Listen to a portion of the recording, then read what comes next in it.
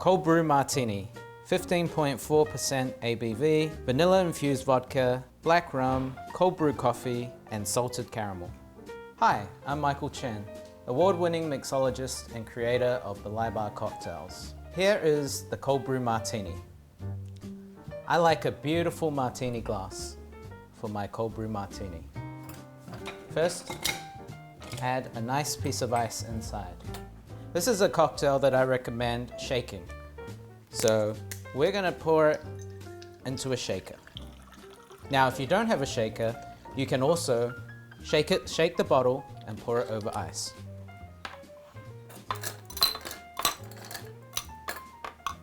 The trick to shaking is knowing that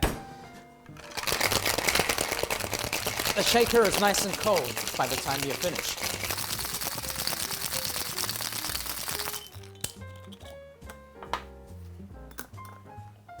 And we strain it over ice. The reason for shaking it is that we can get this lovely head of foam on top.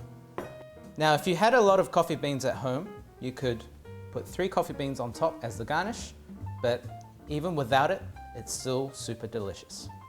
Here's the Cold Brewed Martini.